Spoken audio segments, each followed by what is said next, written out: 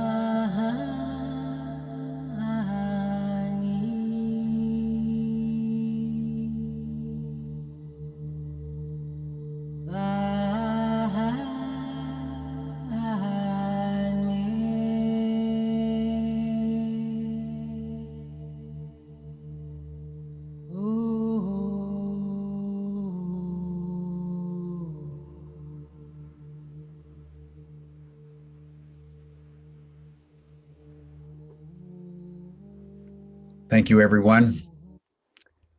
And now, with an open heart and a heart full of gratitude and love for each and every one of you who have joined our session today, we want to strike the theme of human potential and the challenge that all of us know that we have of expanding our innate capacities. We all learned when we were kids in school that we're using only a fraction, for example, of our brain capacities, less than about 10%. We all know that we have multiple intelligences. Howard Gardner at Harvard 20, 30 years ago illuminated that we have at least 10 different intelligences. And probably most of us don't even know what they are, let alone having fully activated the potential that we carry every moment of every day. As we've gone through the pandemic, we've even gotten smaller. We've all been in lockdown, we've been in isolation, we've largely been fear-based, and we're concerned about our health, our future. And so at this moment of maximal constraint, when at the same time we know we carry the energy and the wisdom and the intelligence of the entire universe in every single atom in our body, a singular challenge is, how do we activate that which we most essentially are? If we could do that, the future would be a paradise. So today we're very honored and privileged to have two people who spent a lot of time thinking about how to activate human potential. I was first brought into this discussion by meeting Rani Ranchi. She's a licensed nurse living in Mexico who spent many, many years immersing herself in Mesoamerican healing modalities. She's a licensed practitioner with the Heart Math Institute, so she knows a lot about heart coherence, which we practice every day on Humanity Rising. And she consults with organizations around the world in terms of how to enhance their natural capacities. Also want to welcome Todd Ovokaitys, who was trained in medicine at Johns Hopkins University and Georgetown University, and has spent many, many years developing patented laser technology and other instrumentalities to enhance psycho-emotional well-being and energy healing. So Ronnie and Todd are going to join us today, and they will make a presentation beginning with Ronnie. And then when they're finished, I'll circle back for a discussion, and any questions or comments that any of you would like to make, just put it in the chat and we'll make sure that the chats are addressed. So Ronnie, Todd, welcome to Humanity Rising.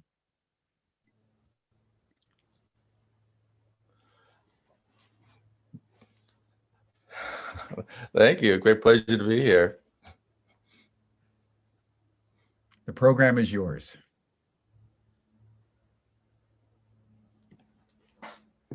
You're on mute, Ronnie. Thank you. Can you hear me? There we go. Thank you so much. Welcome. And thank you for this wonderful, heartfelt introduction, all getting us in a coherent state, which is a prime point in order to cultivate our innate capacities.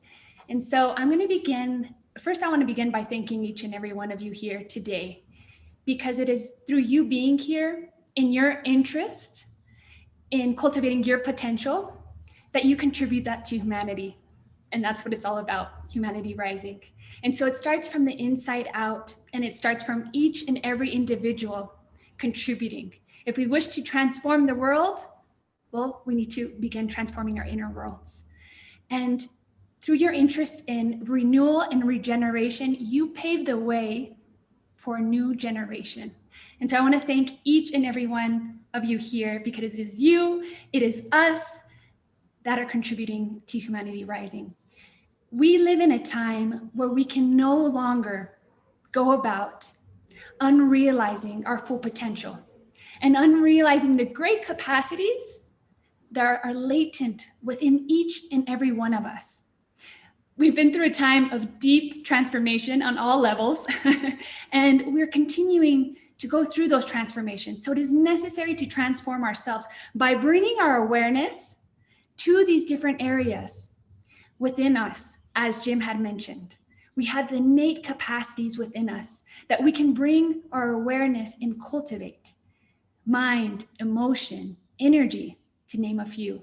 And many times, many people can have these areas disconnected, thinking, oh, it's there. But when we begin to zoom in and bring our awareness to the great capacity that each and every area has, we can begin to cultivate them.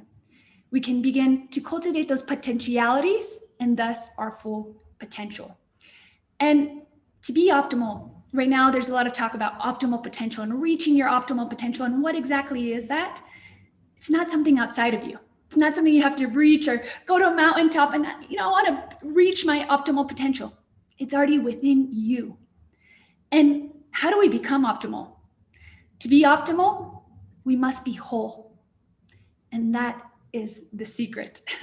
That is where our capacities lie. And by integrating each and every part of us and becoming whole, we become optimal. And many times Western medicine will only pay attention or focus on one area or another, or focus on the physical body. Yet that leads limited vision to who we truly are and to our full potential. And indigenous cultures know this. Mesoamerican practices and Oriental practices, they knew this and they know this. And they look at a person as a holistic being, as an integrated holistic being. By looking at the mind, emotion, energy, and by looking at the most cellular level to how our cells communicate, to how we communicate to ourselves and how we communicate to the outside world. And so when we begin to look at each and every one of these areas, we cultivate those potentialities. And I'm going to share a metaphor that illustrates a bit of this.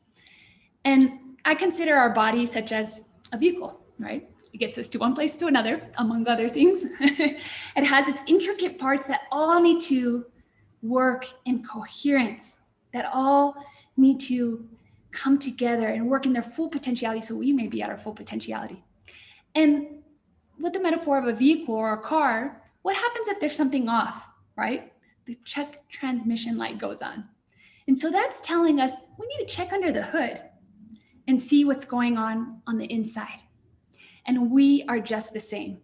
By the time something reaches our physical body, it's telling us that we need to check under the metaphorical hood and see what's going on interiorly within the mind, the emotion, and energy.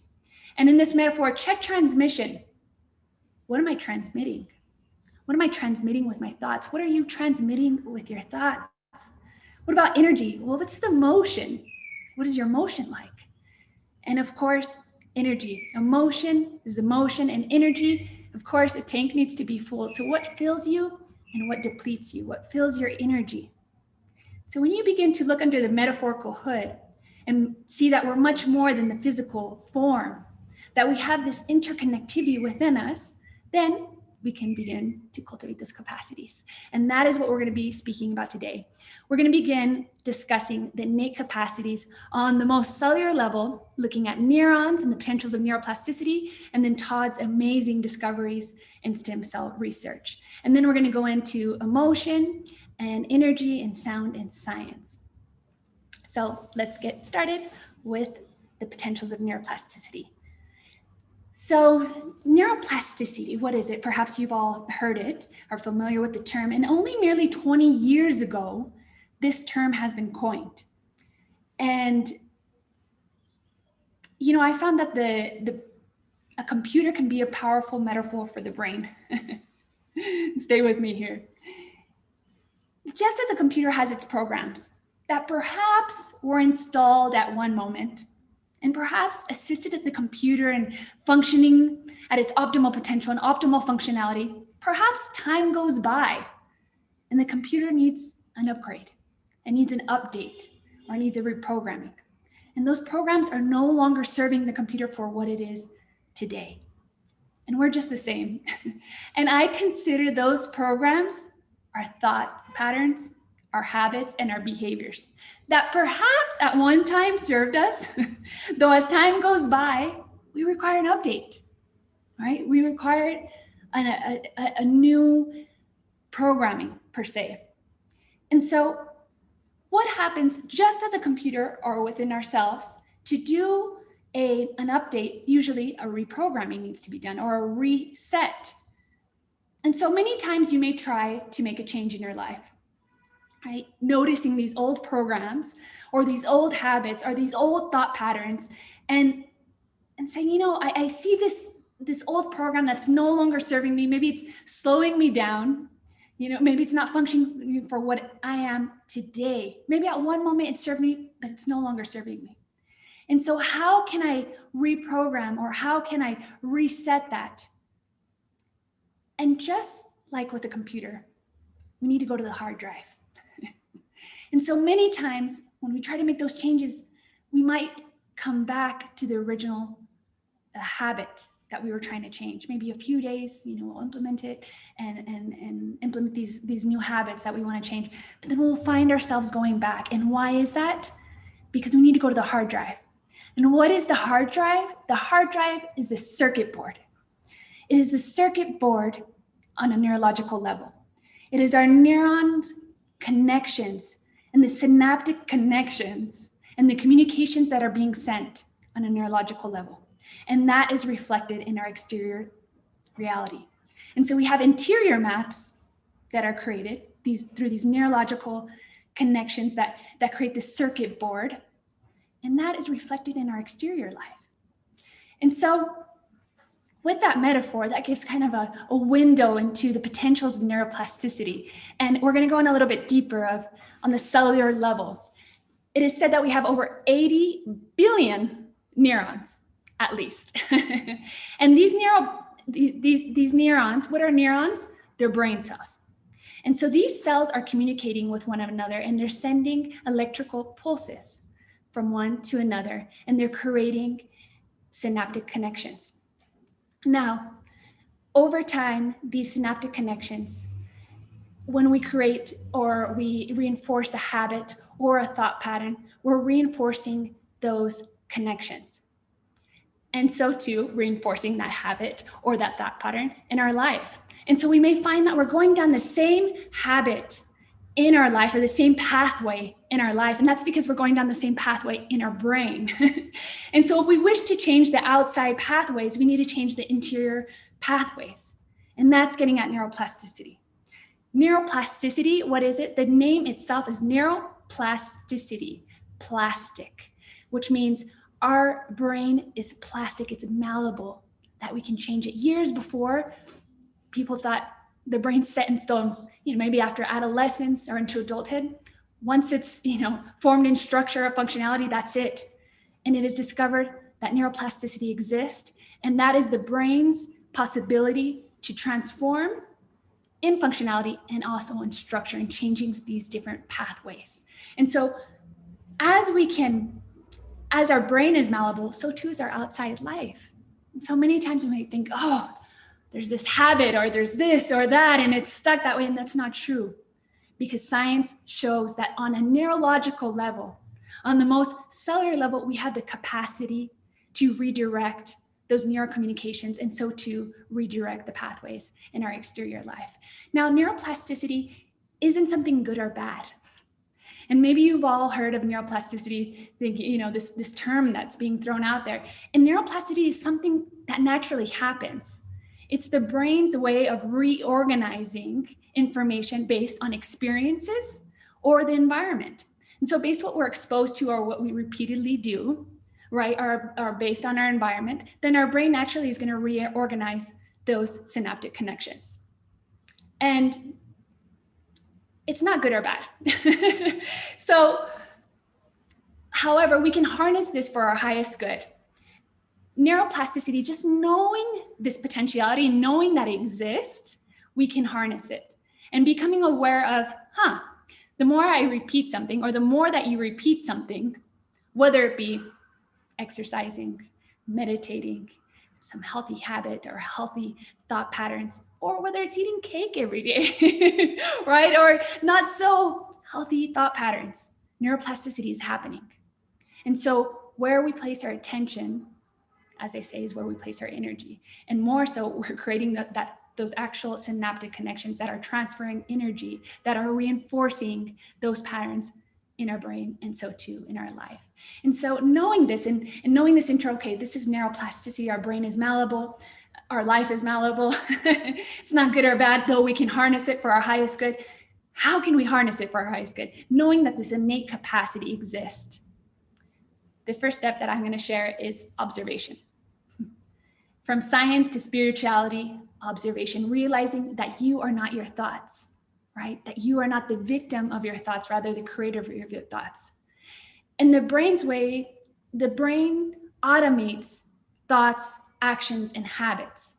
Its way of automating, so it spends less time and energy. And so sometimes we may go into an autopilot type mode, right? And not realizing that we're falling into these same thought patterns, or not realizing that falling into that same habit. And so when we begin to observe, not only can you catch yourself, but also on a neurological level, we create a pause in those electrical impulses that are being sent down the same pathway. And we create the opportunity to redirect that communication down a new pathway, and the pathway we wish to create to arrive at where we do want, metaphorically within our brain and in our exterior life. So the first step is observation. Second is motivation, and not just exterior motivations or external motivations of, I want to do this, I want to implement this habit or learn something new. Interior motivations. What do you want to feel? What does it feel like to learn this new task, this new habit? What are you going to feel like? And when you begin to focus on motivations, you're going to assist in different neurotransmitters being released, such as dopamine. And dopamine is said to be the molecule of motivation. And I was just noticing here that there was another one of me connected here, and it's somebody else there. So I just wanted to make sure everything's good there. And so motivations, interior motivations, exterior motivations, interior motivations to help facilitate the release of dopamine, the molecule of motivation. And that's going to assist us in creating these new pathways, because dopamine is a molecule, is a neurotransmitter that assists us in getting us to go where we need to go. When there's a release of dopamine, we feel this motivation. And before it was for survival, right? To get us water, to get us food, to get us to somewhere that's safe. And now we can harness that neurotransmitter, that capacity to arrive at where we want to arrive, right? For that motivation in creating these new synaptic connections, these new neurological connections, neuroplasticity, and these new connections in our life. And focus and attention, of course, is needed in the creation of neuroplasticity, or in harnessing neuroplasticity, because when we focus, or we put our focus where we put our attention, neurotransmitters are also going to be released that are going to facilitate and help in building those new neural connections. And so when you're creating a new task or building a new habit or a new thought pattern, focus and attention, you might find that it may be a little difficult to get into it, right? Stay with it, because those neurotransmitters are kicking in, and you'll get on the other side of the threshold, and then dopamine will facilitate in that motivation. And finally, rest. Rest is productive. And this is many times an important point that I believe many people leave out. For neuroplasticity to occur, times of focus and attention are required, of course. However, also times of rest. Just like our computers need to turn off and go through a resetting process to reprogram, the same occurs with us. Neuroplasticity isn't occurring at the time of doing the action and focus and attention. It's actually occurring when we're resting. And so when we rest, we open ourselves to receiving and to resetting and to reprogramming. And so rest is productive and it is needed in neuroplasticity.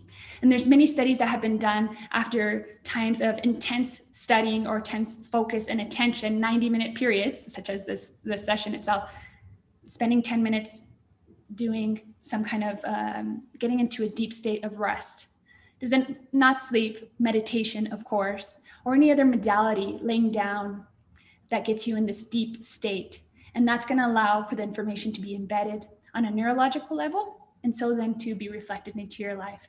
And so neuroplasticity is fascinating. And when we look at the neurological levels and the cellular levels, we can see from the micro to the macro, everything that is manifested in the physical form is a representation of something that's occurring interiorly. And so, as I mentioned before, looking under the metaphorical hood, right? And seeing what's going on. And when we begin to do that, we can get to the source. Instead of trying to change or transform our lives from the exterior, we can go into the interior and go into the interior in the most cellular manner. And so that is neuroplasticity. Now we are going to discuss stem cells and their potentialities for regeneration and renewal with Todd Ovokaitys. Cool. All right. Thank you, Ronnie. Very interesting discussion. And this whole thing about neuroplasticity is really critically important. The point you made about creating new neural pathways is intimate to the whole discussion. And there's a whole series of practices that are related to doing simple things like writing down your goals first thing in the morning. And more importantly than writing down your goals is writing down your wins, realizations, serendipities, and reverences and awe during the day. Because if we focus on the things that aren't going right, then we reinforce those neural pathways and get more of that. Whereas if we focus on, oh, the things that went well, even they were the smallest of all possible victories, the slightest win, every time you build on a win or a gain or a realization, you just make it bigger and stronger. So there's also the point of this process of reinforcing that which you most want to realize or achieve, and you get more and more of that. So I'm going to switch from the seeing of me and the love and Merkaba signs to the discussion of stem cells and stem cell therapy, where we are among the leading pioneers in this very exotic area of a special type of stem cell that is really pretty incredible, that could transform our lives and our human civilization as we know it. So I'm going to switch to slides and voiceover, and this is going to be a blitz course through the world of stem cells.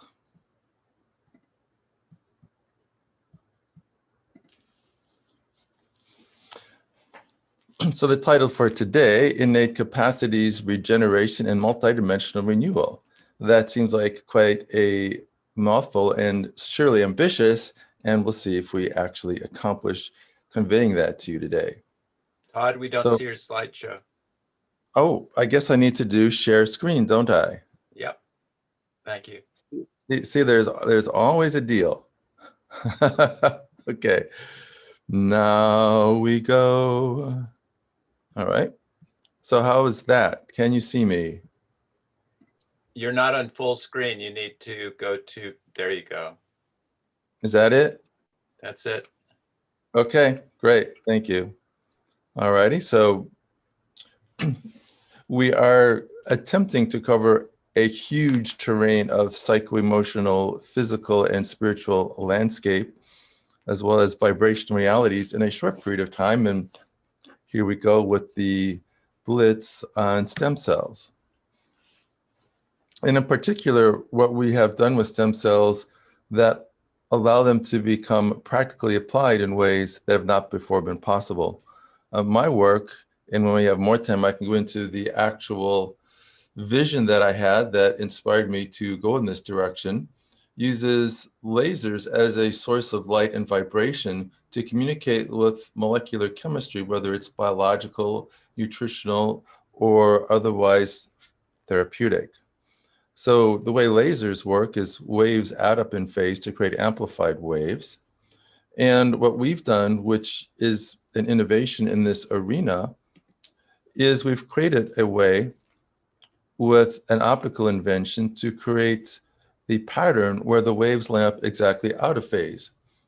And the way we've done this, we can actually change the ratio, the percentage of the photon output of a laser that goes into this new pattern from a small percentage to a large percentage.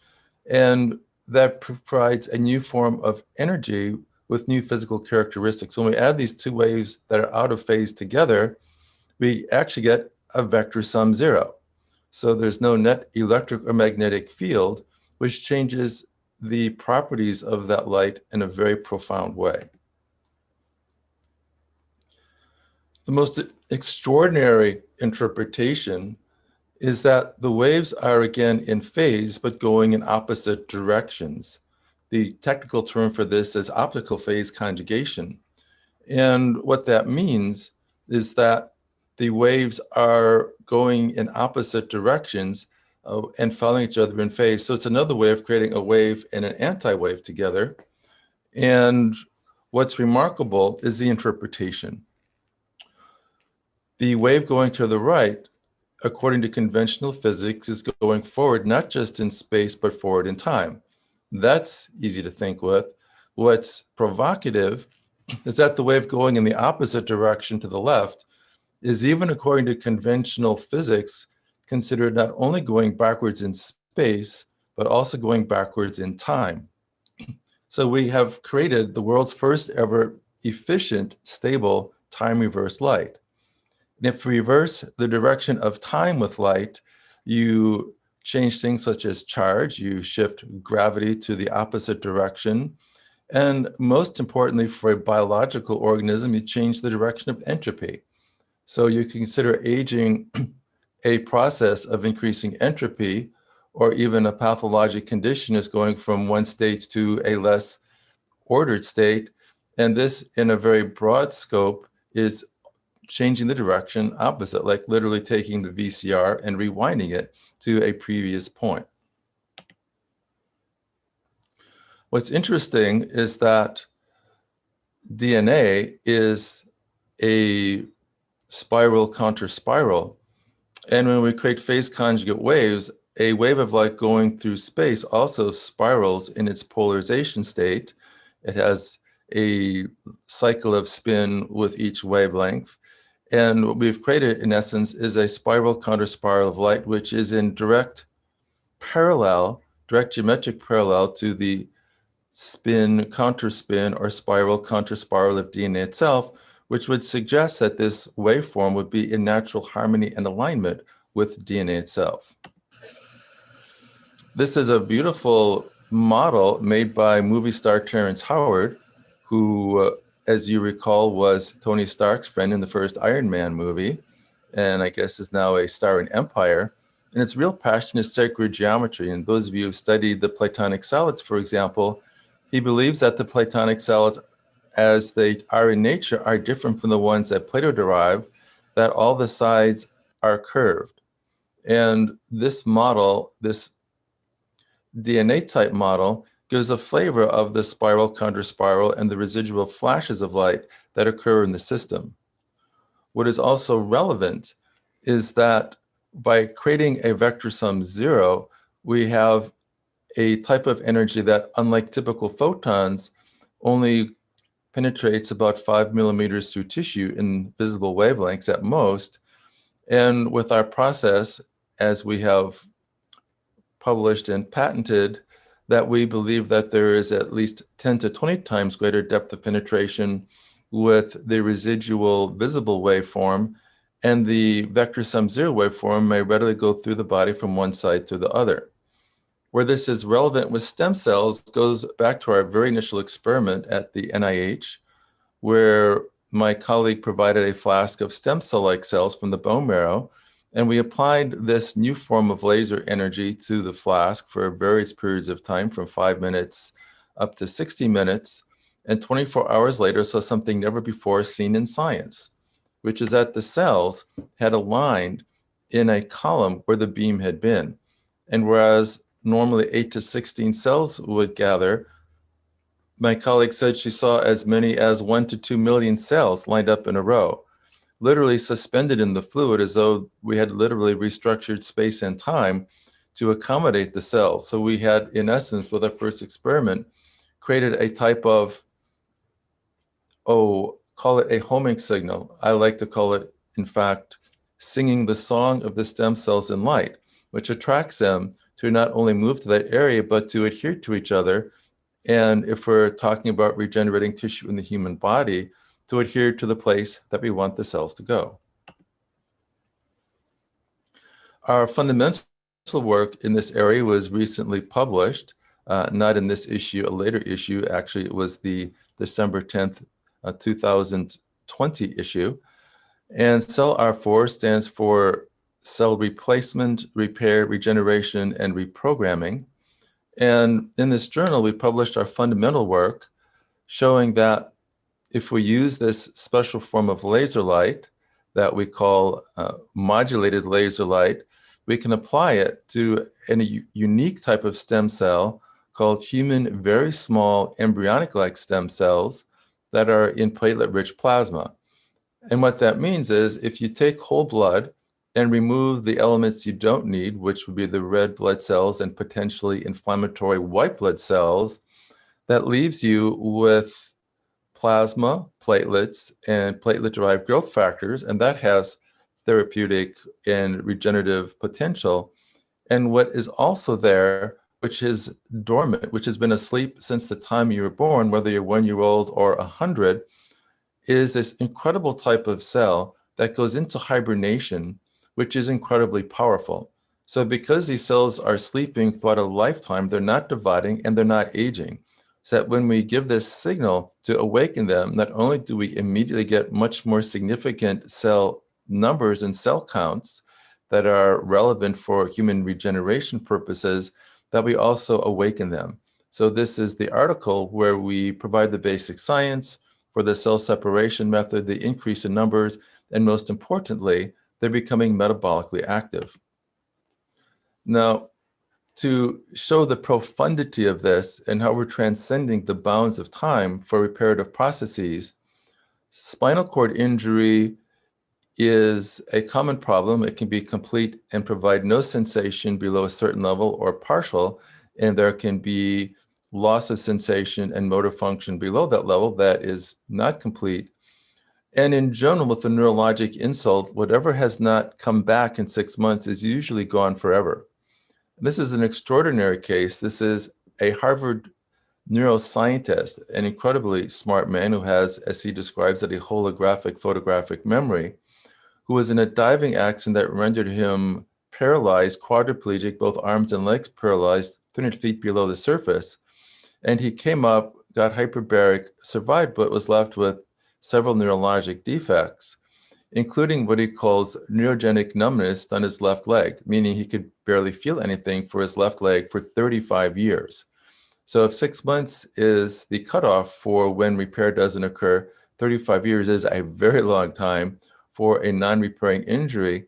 And here, depending upon how well you can hear the volume on your set, he describes that he's had this 35-year problem, and he received these newly awakened cells, awakened from his own bloodstream that had been circulating his entire life, but in a dormant state. And upon our awakening them and directing them to the injured part of his nervous system, within 3 hours, not even 3 days, 3 weeks, or 3 months, but within 3 hours, that very long-standing problem of 35 years was already nearly completely gone. The thing that most amazed me was that I had this long-term, like 35-year injury, and within hours, I was seeing changes in sensation. I mean, that's just not, we cannot accountable in the neurological model we have now. I mean, like I had this neurogenic numbness in my left buttock and all the way down my whole left leg, which is, it's, I had, I could touch, I could feel, but it was like just the same feeling no matter what you did, whether you pinpricked it or pinched it or touched it or hot or cold, it all felt exactly the same. And I accommodated to that. And so I went down, but then after I received the stem cells, but then a couple of hours later, I touched my, so I thought, well, okay, wait, that feels like a touch. Mhm. And then I pinched my, I said, that's a pinch, and it feels exactly like this pinch over here. So within 3 hours, this neurogenic numbness that had been there for 35 years just began to disappear. So in the neurologic sense, this is extraordinary. And as he said, their existing model doesn't even account for how these symptoms can improve that quickly. Now, we do have a theory, this is his and ours, that there is a paracrine process, which is that the regeneration factors released by the cells may awaken or bring into action idling neurons that aren't really strong enough to connect to allow them to begin to function. And then he also described a longer lasting process that was with the loss of sensation in the palms of his hands, which he also had not felt for 35 years. And unlike the 3-hour process for the numbness in the legs, that gradually occurred over several weeks, which he felt was probably due to true neurogenesis or generation of new nerves. Now, in addition to using stem cells for reconnecting neurons or creating new neurons for being smarter, healthier, and more functional, there are also cosmetic applications. So if we provide these newborn caliber stem cells by injection into the face, you see these little fine lines around the eyes and inhomogeneities of coloration. 6 weeks after such a stem cell approach, you can see that she's looking quite youthful, roughly half her chronological age, and the fine lines around her eyes have disappeared. Similarly, you can stimulate follicles. This is the before, and this is 6 weeks after applying these newborn caliber stem cells to the scalp and give them the laser instructions to go there, stay there, and regenerate there. And I've often joked that we might be able to cure AIDS and cancer and all other diseases, but if we grow hair on people's heads, that will really gain their happiness and gratitude. Now, this next case shows the combination of vibrational modalities. This is the view of somebody's back. And if you look in the upper back, there is a vertical scar that's from previous thoracic surgery.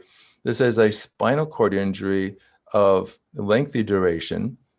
And what you see in the purple is a sensory level, which means below that point, pinprick sensation is not sent. And the typical rate of regeneration of sensory nerves is about 1 millimeter per day. And what was done here, which is unique, is combining the modalities. So this person was given the intention to repair and asked to voice that. And we also played a special form of music, one that I just recently composed for the piano called the New Life Energy Song, which was inspired after getting an initiation from a grand master in a 5,000-year tradition that traces the origins of Chinese medicine and martial arts. And playing this music during the 6 minutes of awakening the cells, then giving the treatment, normally you would wait at least a day or days or weeks before testing to see if there was any function that was returned. And this process was quite interesting because normally to get any type of spinal repair, you would need to inject the cells right into the spinal fluid. And in this case, the cells have just given IV with laser guidance to the affected part of the cord. And to put it in perspective, one would expect there to be maybe 1 inch of repair in a month. And because of this whole energetic process and the enlightenment of the neurosurgeon who did this, she checked immediately, and not even 5 minutes, but immediately after, and what she saw was that already there was an amount of new nerve growth that would take about 3 months on the left side and 6 months on the right side. So if we start putting these vibrational and intentional modalities together, we can transcend the limits of what appear to be our abilities to regenerate. And since this was invited to be a metabolic discussion very quickly, this is perhaps the most profound anti-aging experiment ever done, which was a study in old rats that were near the end of their lifespan at day 750. Normally they lived to be up to 900, and the control animals only lived up to as long as expected, only up to 150 days more. And the treated animals who received once-a-week injections of DNA and RNA lived a minimum of 850 additional days, up to 1,500. So this one modality, the providing of nucleic acids in an available form, literally doubled and tripled the lifespan. And the story of developing this and the clinical trial that we did with a sublingual formula, where you apply these building blocks of DNA and RNA under the tongue. In this particular study, middle-aged men took the formula or a placebo and were told to walk briskly for 30 minutes a day. The placebo group had almost no change in their biomarkers, but the treater group actually gained 15 pounds of muscle while losing 10 pounds of weight, increased aerobic capacity by 8%, and were biologically 8 to 12 years younger.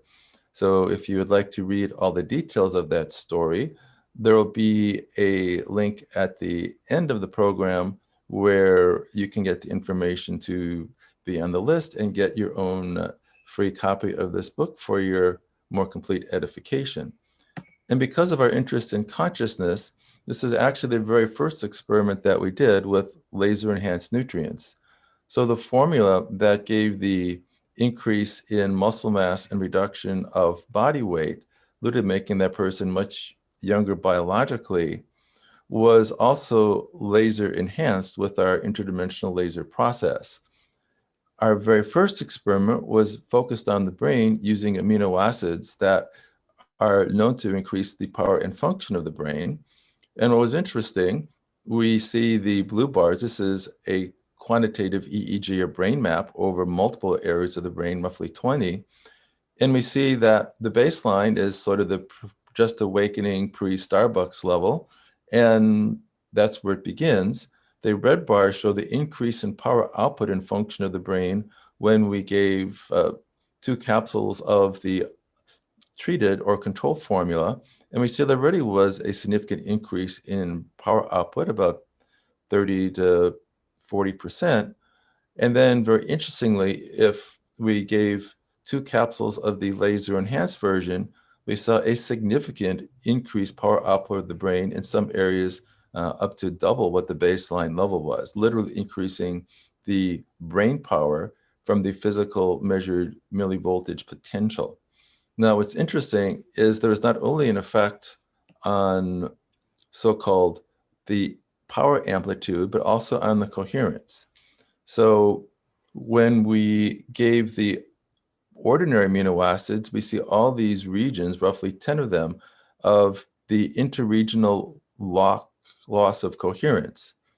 And there was only one area before giving the amino acids, and afterwards there was all this lack of coherence. So although the brain was stimulated, it was kind of like having coffee, where there can be kind of a jittery sense that is not as focused as you like. In contrast, not only did the interdimensionally enhanced amino acids increase the power output significantly, it also created a fully coherent brain, as a Zen meditative 20 years duration might achieve. So we joke, would you like to Zen meditate for 20 years or take 2 capsules and wait 45 minutes? And I'd actually say do both. So these are some brief introductions into the cellular and metabolic ways in which we can transcend our biology and aim for much greater performance. There is a site which is gematria.com, gematria.com, where you can get information about the photoacoustically enhanced formulas, as well as get the book about growing younger. And with that, I give it back to Ronnie for us to move into part 2.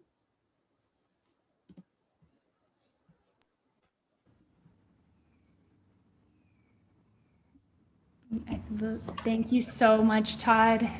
What a wonderful view into the micro and macro potentialities for us to truly live our full potential.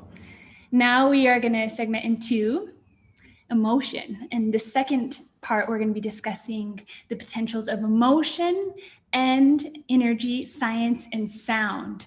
And I'm going to begin speaking of emotion.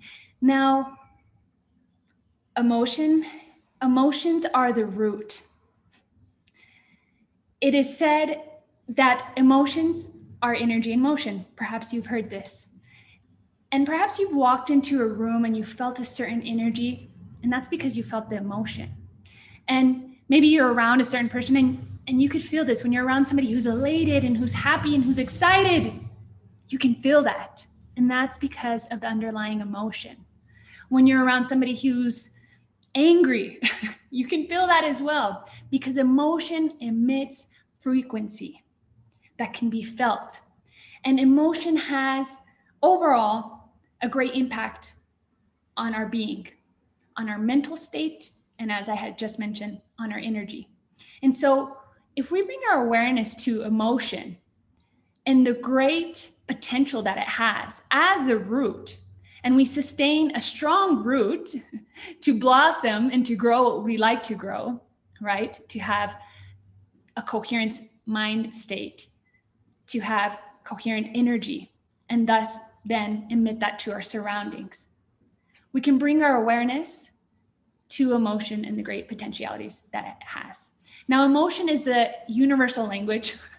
We've all experienced emotion, where you're from, no matter your color, your race, what you do, where you're from.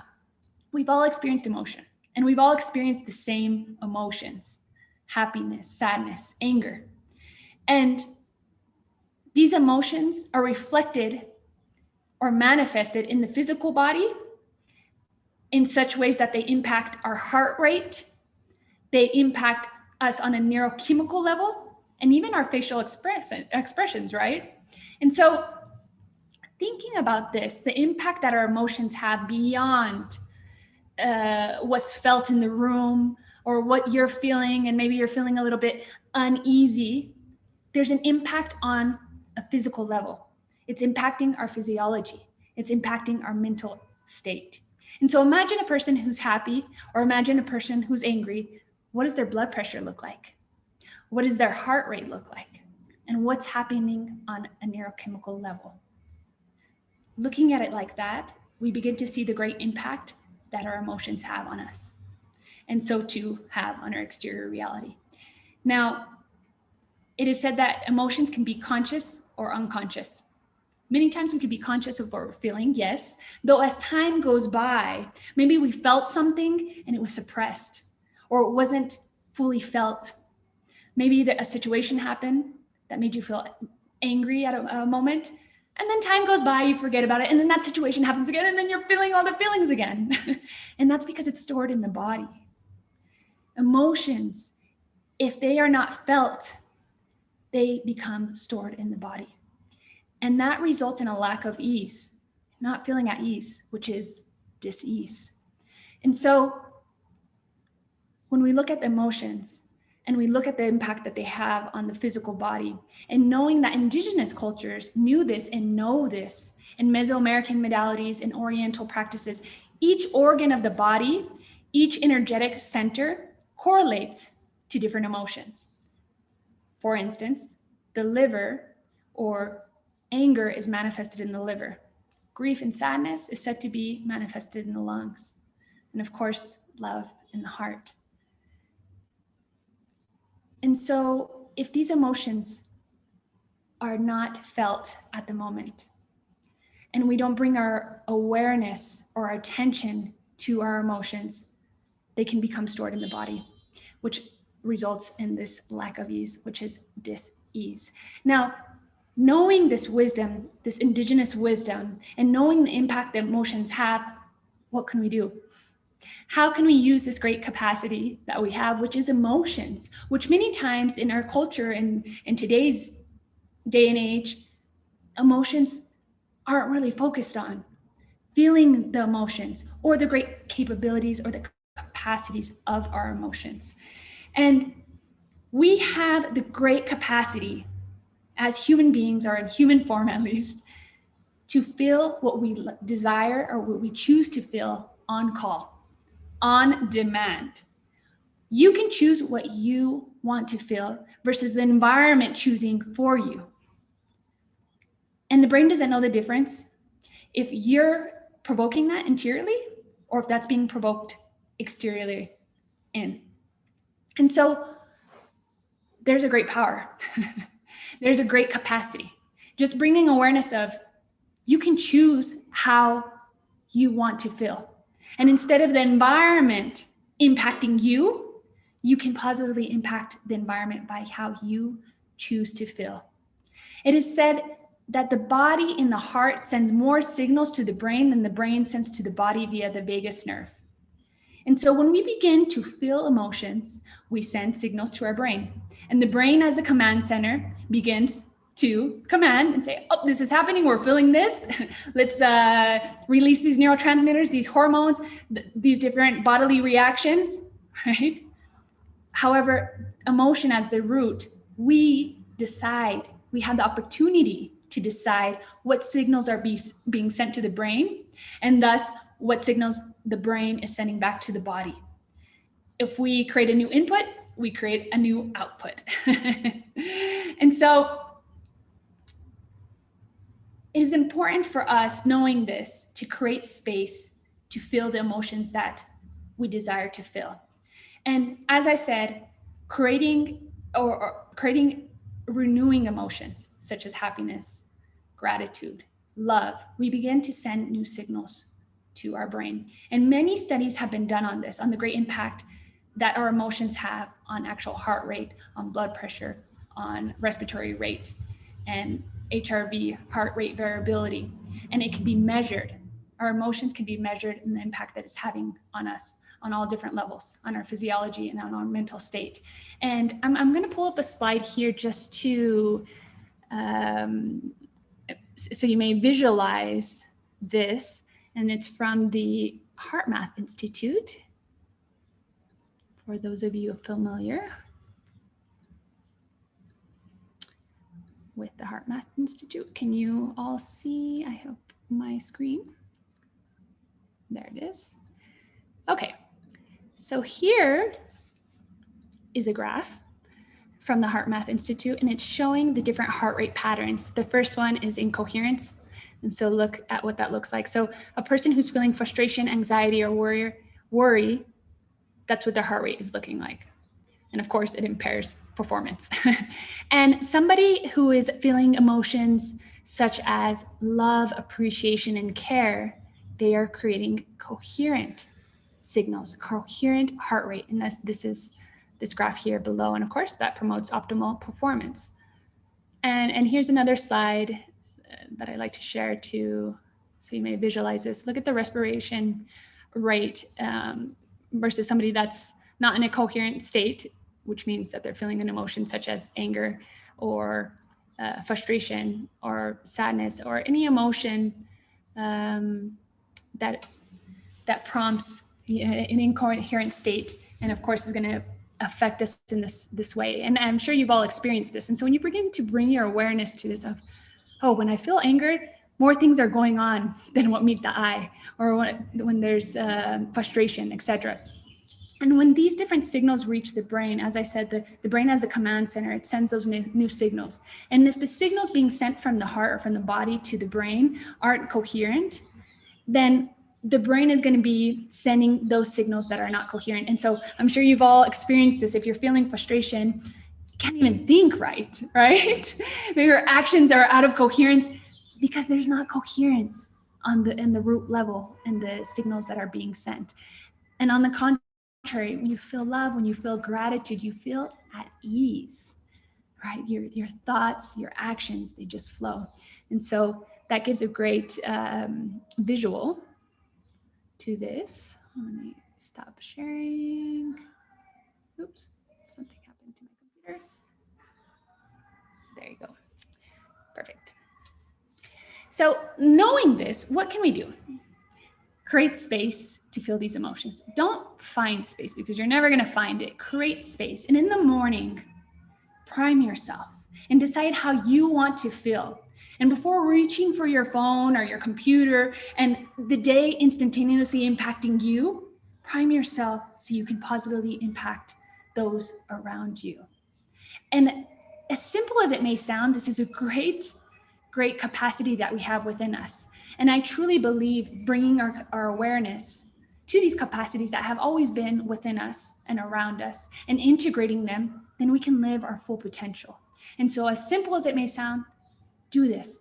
Dedicate 10 minutes a day and feel renewing emotions. And beyond thinking of them, what does gratitude feel like? Or what does happiness feel like? What does it feel like? Feel it. Bring that emotion present to you. Or imagine what it would feel like. And getting out of the mind, getting into the heart, getting into the body so you can be sending those new signals and creating that new cycle. And so those are some tips and takeaways to cultivate renewing emotions. There's many techniques, heart breathing techniques, and there's many studies that have been done on heart-brain coherence. You can look these up as well. And by doing this, I assure you, you are going to positively impact your body and your surroundings and your life. And so that is an intro and a quick bit on emotions. And Todd is going to share of his findings in psycho-emotional medicine as well. Hey. Hello, hello. Hola. ¿Cómo está? Well, that's profound, of course. And as a Johns Hopkins trained medical doctor, there is actually very little time spent in conventional medical training getting into the importance of emotions and the emotional aspects. Some of those things that you sort of know is there and you deal with it as you can, but there tends to be very little actual training in the importance of it, how to manage it, or even the art of it.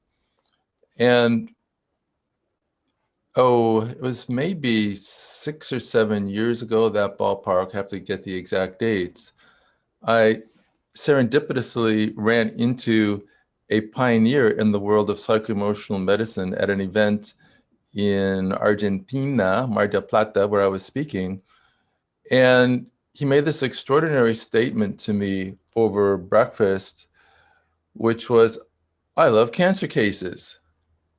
And of course, with my experience, I was kind of astounded by that and said, well, why is that? And he said, because they're so easy.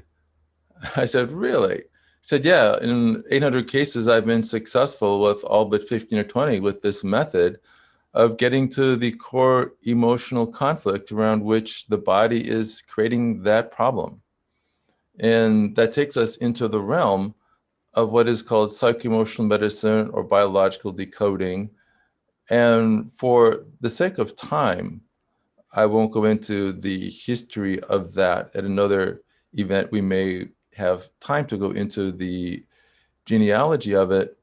And what's extraordinary is that a condensed statement for this whole field would be that a disease is a word spoken not with the mouth, but with the body, which is saying that a big shock experienced in isolation results in a process whereby the brain, in order to keep itself from being constantly preoccupied and distracted by that, so in the wild, what would kill us over millions of years of evolution was not hypertension, heart disease, or diabetes, it was being distracted or exhausted. So we have this mechanism in our brain that a big stress that we don't express in the moment literally codes to a particular part of the brain depending on the perceived experience, which then translates to a particular organ. And malignancy, for example, can be thought of as literally because of the metaphoric stress, the brain is creating a super organ with the intent of assuring our survival into the next moment. So at this process of finding the core emotion, it's not just major diseases, even stubbing your toe or bumping your finger, depending upon the specific emotional state, the reason you hurt one finger, not another, is because it was more relevant to the emotion related to that finger. So there's this absolutely elegant system called biological decoding is the more recent name, whereby there is a landscape of the entire body, every bone, every joint, every organ, and a wide range of actual conditions have had over the past 40 years the emotional decodings. And what's really cool, well, there are many methods of relieving health problems by virtue of getting to the emotion. This is really laser precise. And I have many examples, for example, of rotator cuff injuries or frozen shoulders, that asking 3 questions and waiting a few minutes, the problem is already much better, even a full range of motion in a few minutes. And if we had more time, I could show some of those examples as well. Just the idea that something that can be intractable medically becomes often immediately reversible if you get to the emotion, which is the brain that hasn't released it, that's creating the issue with the intent of assuring our survival into the next moment. And I'm going to show an interesting case that illustrates that.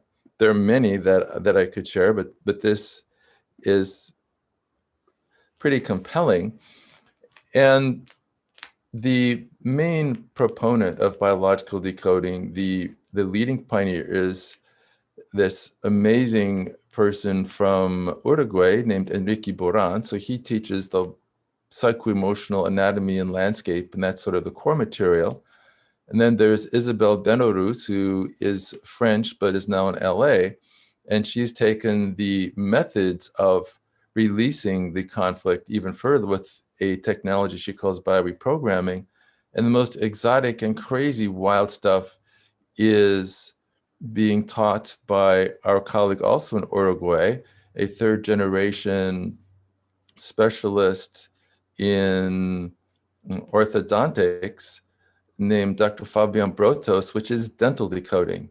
And this stuff is so wild that if he has a panographic film of all of your teeth and your jaw, he can give you literally a 32-book chapter of your life, your relationships, its dynamics, and its challenges, conflicts, and ways of resolution without your saying a word. It's all encoded in the teeth. And this is one of his favorite cases that he shared in his course and was gracious enough to allow me to provide. And this is Noelia's included canine. And included means it basically hasn't come down into position. So you see this upper left canine hasn't come through. There's a space between the teeth. Todd, we're not seeing your PowerPoint if you're showing one. Oh dear. Oh, I did the share screen thing. I guess I'm still a rookie at this. Okay. Share screen. Da, da, da, da, da, da, da. All right, here we go. So here is the actual case. We see a hole between the teeth, and you see a little silver top. If I had a pointer, I would show exactly what I think, but I think it's pretty clear that there is a tooth that is sort of impacted and hasn't moved into place. And what's interesting is that this person had 6 months of orthodontic work trying to realign the teeth and put pressure to help move that into position. And what's extraordinary is that she underwent decoding, where the emotional conflict, which was the reason that her brain and biology was restricting this teeth in this position, within 3 days of decoding the conflict, this is what the tooth did. And you see it moved perfectly into place from 2 different perspectives. Now she has this beautiful mouth and bite and teeth. And this gives you an example of the power of the emotion. And in his orthodontic work, he finds that if there are teeth that are impacted or not descended or bent or need to be repositioned, that if he does the decoding of the conflict that's causing the brain to put them in the aberrant positions, that everything repairs and realigns much more quickly and easily and permanently. So this is just a very brief introduction to, in a sense, its own type of medical school curriculum, the understanding of what I would call the psycho-emotional anatomy. And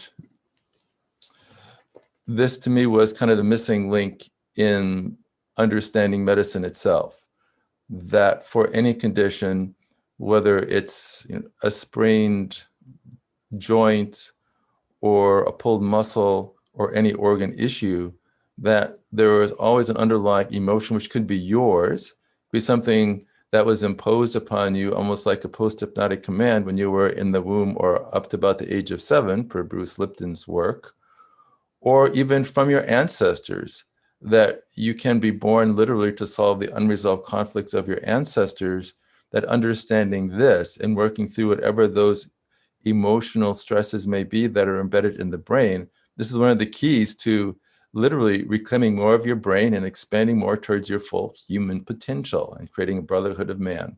So with those comments, I bring it back to Ronnie for stage 3.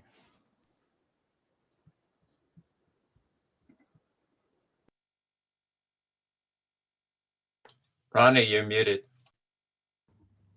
There it is. Thank you so much, Todd, and for that amazing discussion. And I want to add a bit to that and invite each and every one of you to go to the emotional root. And as Todd mentioned, sometimes they can be from our own emotions, right? Our own psycho-emotional patterns that were formed perhaps at childhood, or even our ancestors. And many times it's all, if not always, interconnected. And so in an event that you feel triggered or reacting, get to the root and find out what is the underlying emotion. Or if you notice that patterns are being repeated in your life, that's because there's an emotion signature behind that.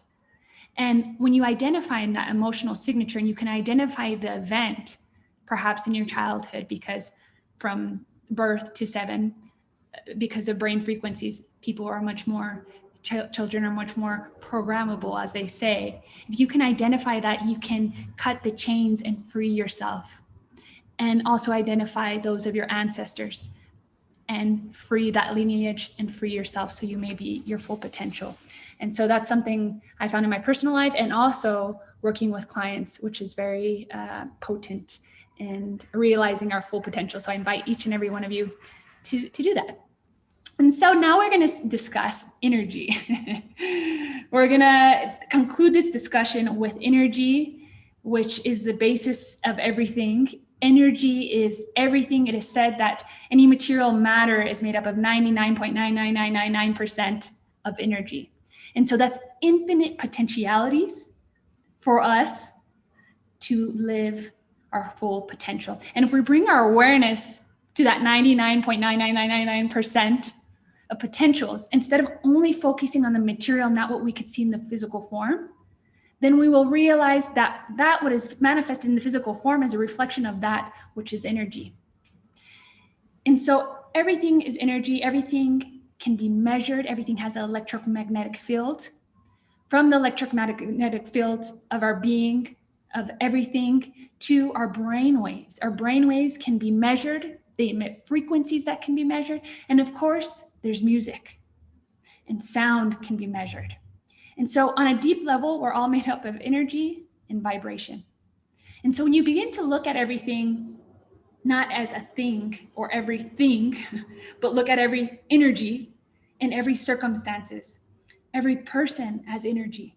I remember hearing one moment that said, one speaker said, if you want to focus on youth, focus on the energy. Don't focus on your physical form, because energy is everlasting.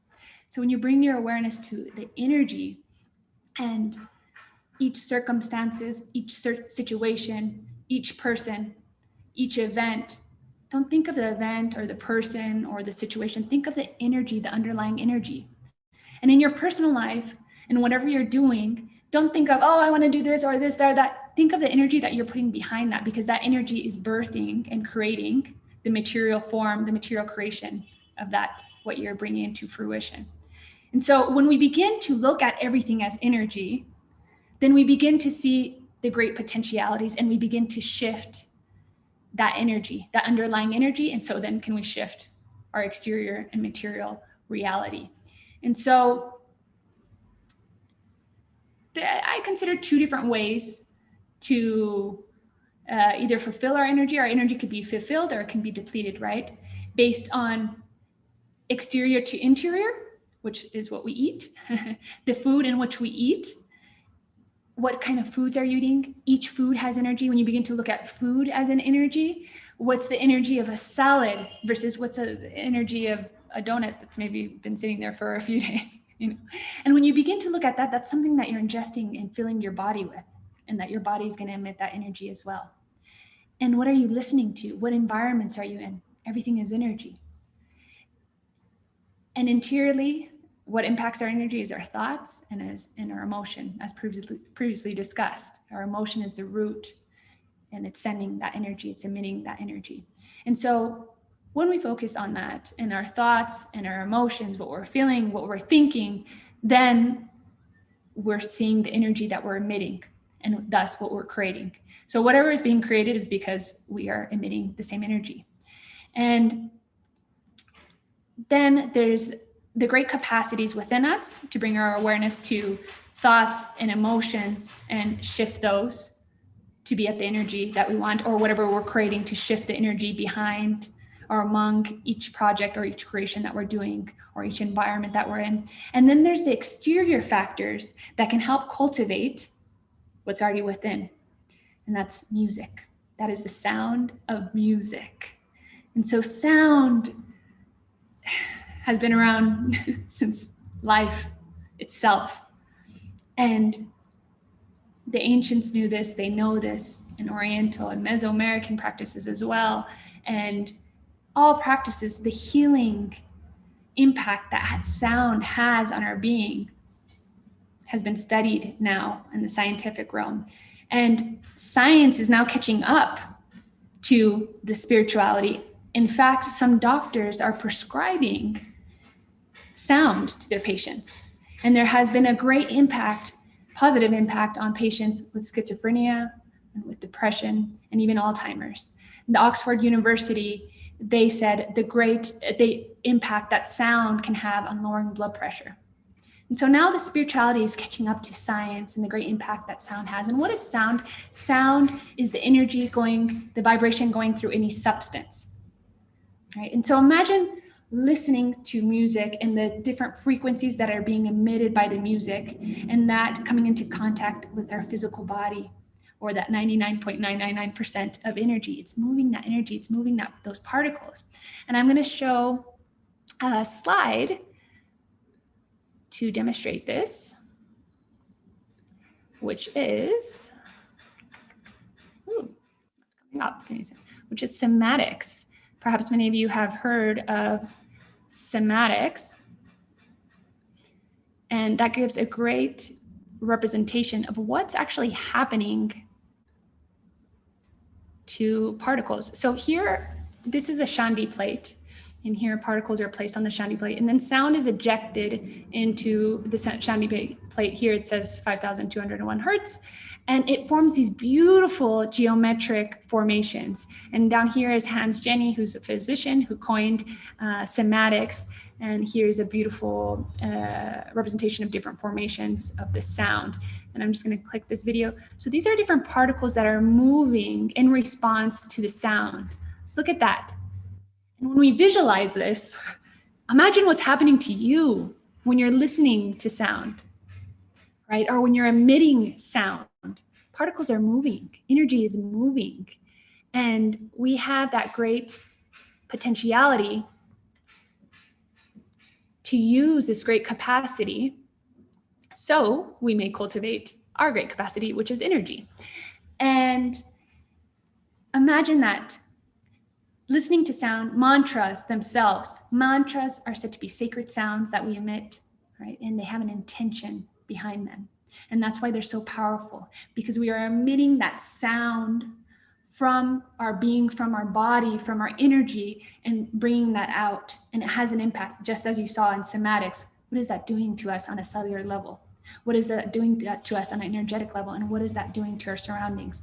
And that's why prayer prayers of mantras are said to be so powerful. Many people chanting, and with that same intention, they're emitting that same energy.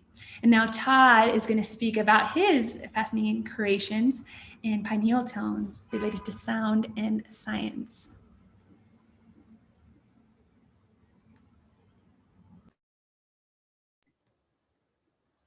Okay. Well, this really can be a whole day unto itself, even a 2-day program, which it often is. So I'm just going to give a little bit of information and a few samples just for an experiential process, because it's always nice not just to hear about things, but to feel it.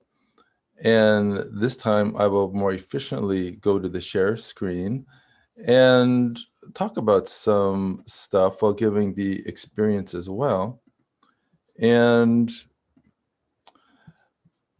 I showed the one extraordinary case of the person with the thoracic spinal injury that had a huge recovery of sensory function.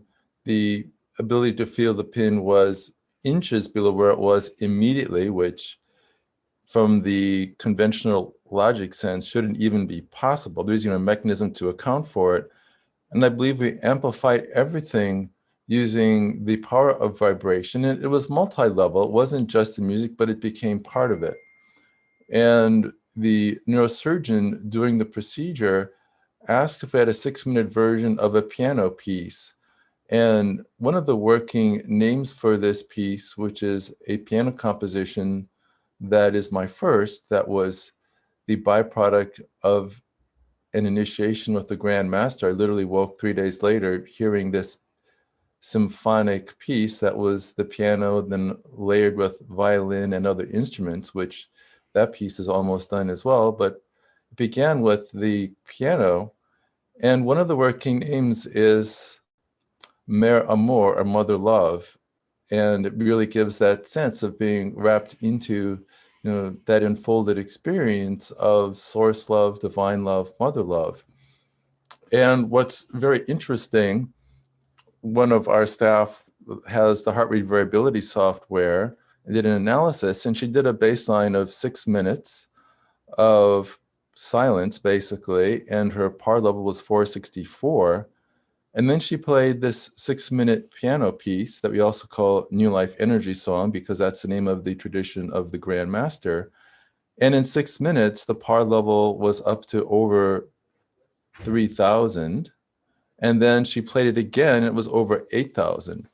Now, I actually spoke to one of the founders of HeartMath, Dr. McCready, and there are some artifacts that need to be cleared out. So this may amplify the actual increase more than it really is. We need to do some further refinement with the software, but it shows that there's definitely a very significant increase with just listening to this music. And increasing heart rate variability associates with turning off the fight or flight stress response, feeling the heart of compassion, moving into gratitude, moving into higher states of being. And interestingly, she then played meditation music and it went right back to baseline almost immediately.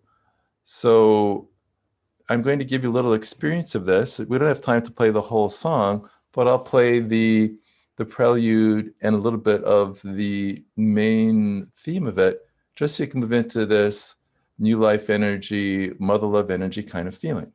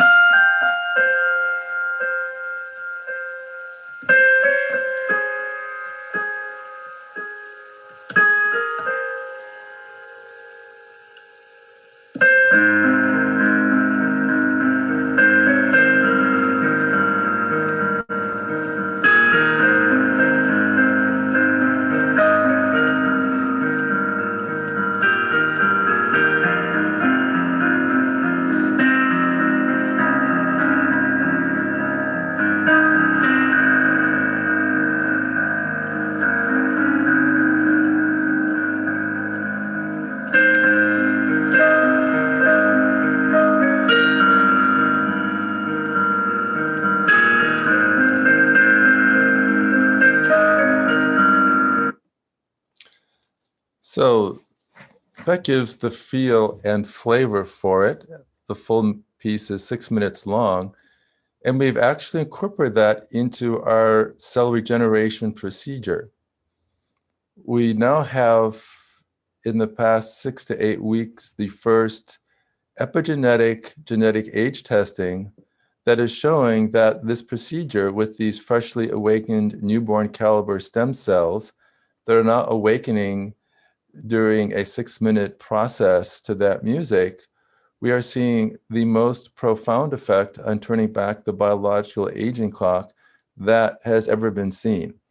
And at least that is the initial results we're having. We're designing a larger scale study to prove that out. If the results hold true, we will have the most potent method for turning back the clock, expanding the human lifespan, and also the ways that with that longer lifespan, we can really aim to go for exploring the full realm of the human potential. And part of that is sound and sound vibrational, which I'm going to conclude with. And through my own work, I was given the direction to recreate for the first time in 26,000 years what is called a Lemurian choir. And this first performance was on the date of the end of the Mayan calendar, December 21st, 2012. And this Lemurian choir had the tagline, Ancient Sounds for the Future. And we see symbolism that suggests creating a universal receiver and transmitter. And at that time, we gathered actually 2 choirs totaling over 900 people. And we see the red choir and the gold choir, which are the colors of royalty in the Hawaiian Islands. And this was performed on the island of Maui, where it said it was done the last time 26,000 years ago, which has a strong interdimensional, if not interplanetary or interstar system overlay. And the effect of this was profound, with many physical, emotional, and spiritual elevation of healings and effects that occurred. We were inspired, or I was directed basically through Lee Carroll and the Cryon channeled information to do a series of these choirs, and we've done so on certain power points of the planet, and we're going into a culmination choir on 11/11/22 called the Aloha Choir, where I move from 2 parts into 4 parts, or baby talk to adult talk with the cosmos.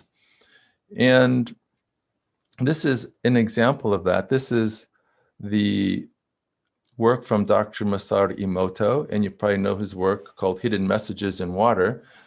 And he gave us the most difficult control is Tokyo tap water. And he said almost nothing will cause a good crystal in Tokyo tap water. And this is what the control looks like. And the first level of this basic 24-level system showed already a relatively nice formation. And then distilled water, which is a blank slate, showed this extraordinarily beautiful crystal. And of course, because our bodies are roughly 70% water, as these tones are sung, these beautiful crystalline geometries will be created throughout our cells from head to toe. And for your listening pleasure, I'm going to share with you level 1. And the intention of level 1 is remembering your divine perfected origins.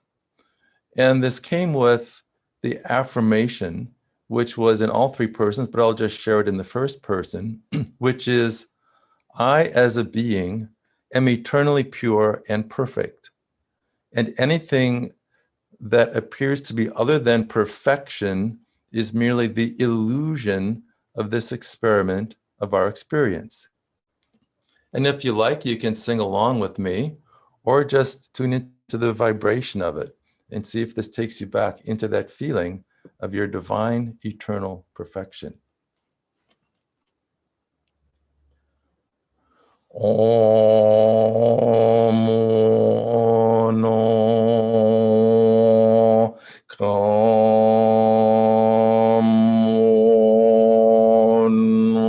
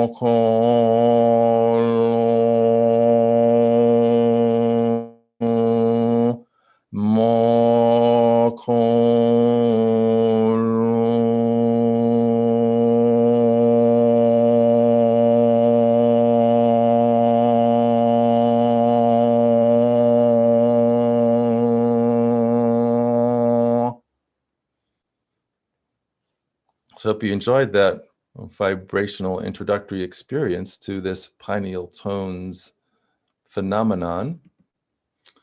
And I'm going to share very quickly with you one of the higher level tones that people particularly enjoy, which are the tones based on the song of the whales.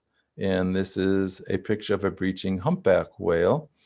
And it was from the whales that I actually learned this.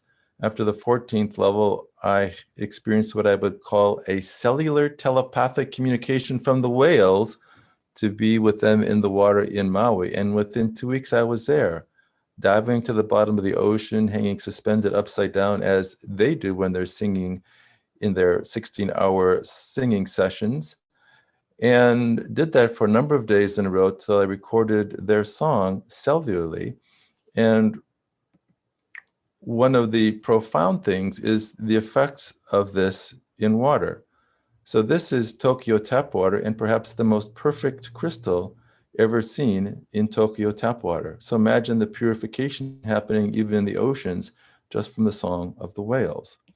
And in distilled water, we see this very interesting 7-point sacred geometry, which is called the tortoise of Vishnu, which is a symbol of immortality. And if you look closely in these patterns, you can see whale tails, dolphin faces, ETs, even in the middle, a giant whale eye looking at you.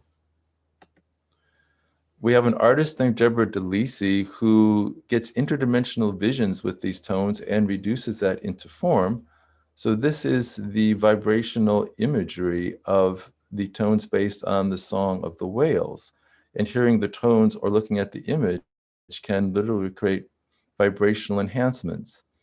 And the intent of this level of tones is moving through the dimensions with ease.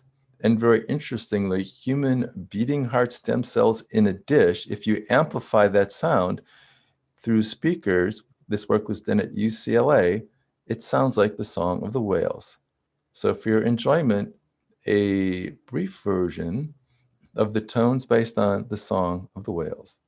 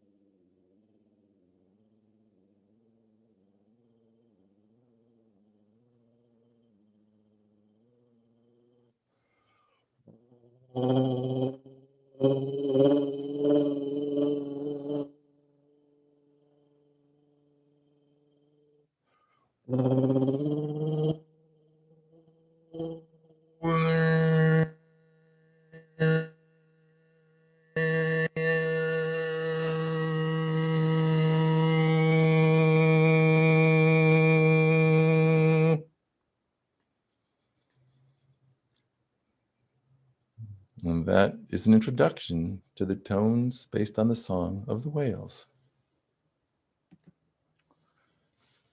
And finally, I'm going to share with you a part of my last assignment, which was the choir we did in 2019 in the sacred Rila Mountains of Bulgaria.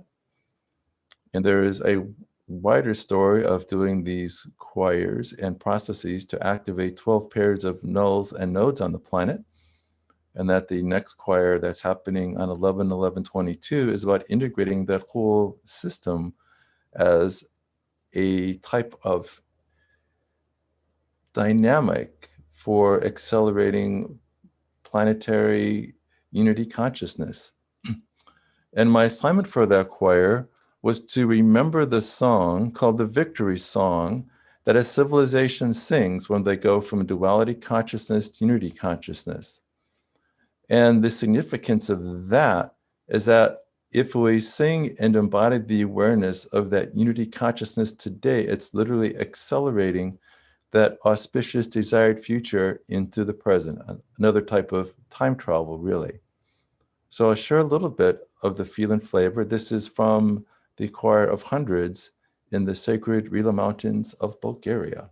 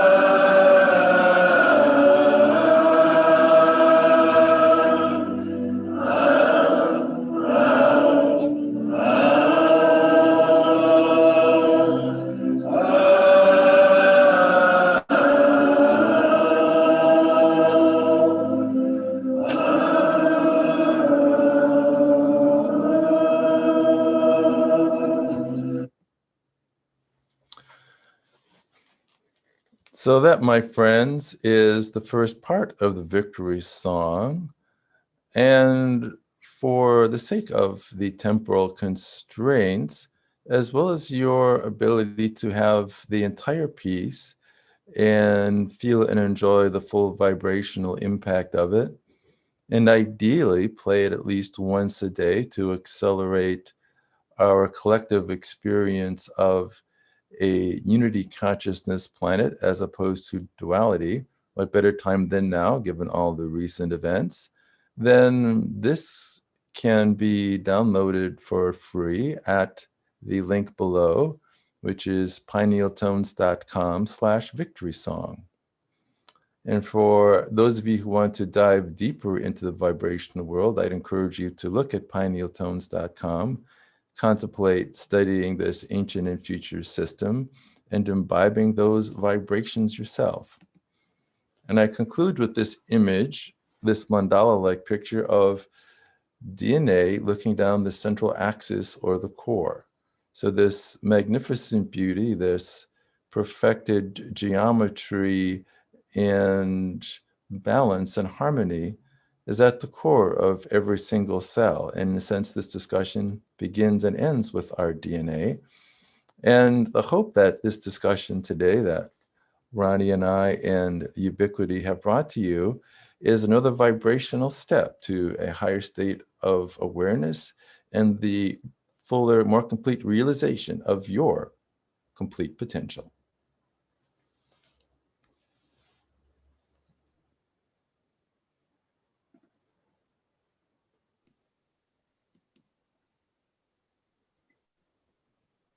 Well, thank you, Todd. Thank you, Ronnie. This has been marvelous. You've certainly provided a tour de force, both of you, in terms of areas that I don't think any of us at the start of this session imagined we would be covering.